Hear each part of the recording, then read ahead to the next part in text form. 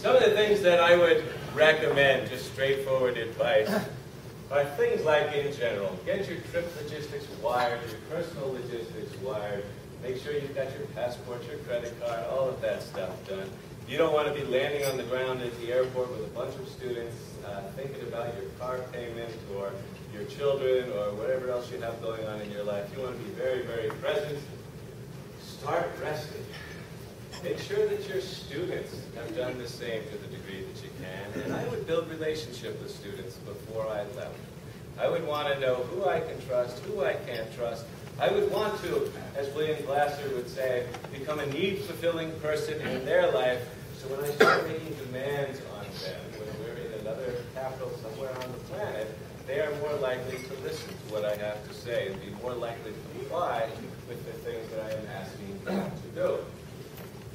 Recon destination, you want to know, you want to be able to see before you get there or know from somebody who has been there, what are the living quarters like?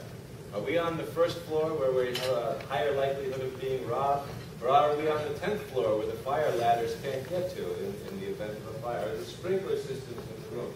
Are there smoke alarms? Or should we be bringing go portable smoke alarms with us, et cetera, et cetera? Where are the medical facilities? If somebody has appendicitis, do we know where we're going to go, what we're going to do? What are the local laws that matter for us in that particular country? If you administer a rape kit, is that going to initiate a legal process where the victim can't leave the country for the next several years? It would be good to know these things before you go. What are the transportation options? What's the road culture? Is everybody familiar with ACER, the Association for Safe International Road Travel? How many of you are driving while you are abroad? How many of you are hiring drivers while you are abroad? How many of you are using public transportation? Okay.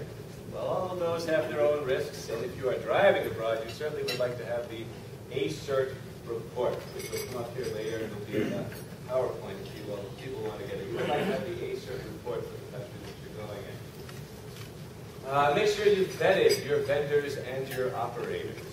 Okay? Know what the background is, know what you can do, especially if it's a low-income country. That's going to be a little bit harder to do, and I'll talk about that later. Build relationships. I want people in country I can call up and say, hey, I've got a problem.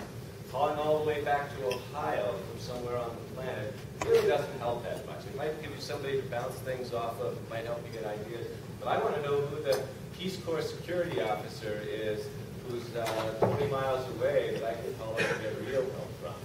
I want to have a person that I'm calling up at the U.S. Embassy, not just calling up the U.S. Embassy and say, I'm an American, I'm having a problem. I want to talk to Joe. I want to talk to somebody who I've made a relationship beforehand. The local police, maybe that's a good idea. In some places that's not a good idea to have a relationship with them. I certainly would love to have more than an abstract address and phone number on my sheet for any medical facilities that I'm going to visit. That's possible. A lot of what we do in risk management is information acquisition and knowledge management.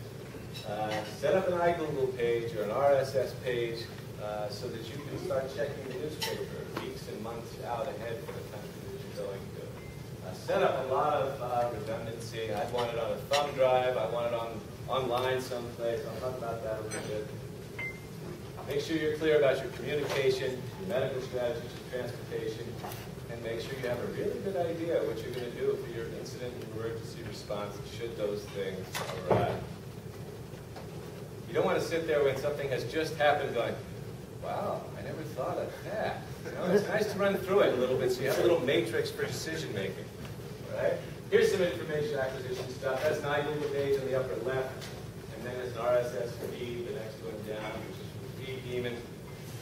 What this helps you do is one-stop shopping for information. You can put all of the blogs that you're reading on the country that you're going to. You can get all of the newspapers from the local country there, as well as the CDC, the WHO, OSAC, etc. So you can do one-stop shopping. None of us has enough time to surf the web all day looking for all the bits of information that we would love to have. Down at the bottom is OSAC on the left, the Overseas Security Advisory Council. They have a nice listserv that you can cruise each day to do a quick scan. Is there anything that you need to know about the country that you're going to? And then on the right is the ACER, Association for Safe International Road Travel page.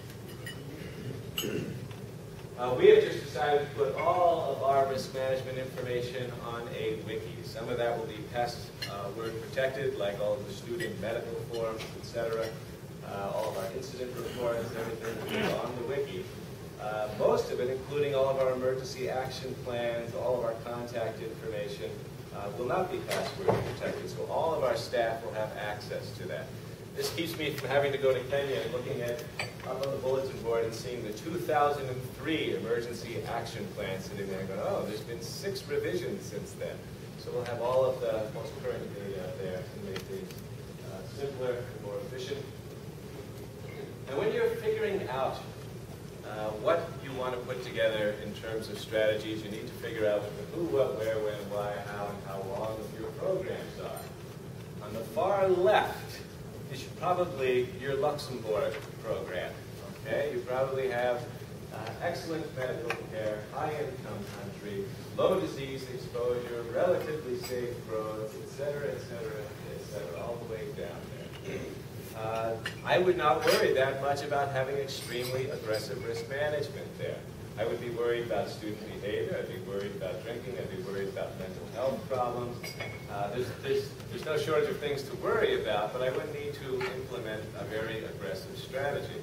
At the far end, I know that you all are operating in a number of countries that are low and middle income countries, high disease exposure, high road carnage, high crime, etc., etc. Depending on the particular profile of the country, depending on the particular profile of your students, both as a group and as individuals, you might want to have in place much more aggressive strategies. A lot of universities have one template, one strategy fits all. And the difference between Luxembourg and where else are you going? You're a lot of Southern Africa, Botswana, Namibia, Kenya, East Africa, certainly. Some of those you might want to have much more aggressive stance here. Low and middle income countries are the fastest growing subgroup of study abroad. As study abroad keeps growing, which it still is growing, the non-traditional destinations keep growing as well, and it now makes up about 10% of all study abroad. All the things on the right-hand column are true largely because all of the things on the left-hand column. And while it is safer for an American a U.S. citizen in the United States to be a U.S. citizen in the United States than it is for a Brazilian in Brazil or an Indian in India, it is safer for the Brazilian in Brazil and Indian in India because they are competent in their own countries. Our students are not competent in their countries. It is an old program director from my shop, the School for Field Studies, used to like to say, when our students get off the bus in Kenya, the average 5-year-old down the street in the local village knows a lot more about what it takes to be safe in Kenya than our students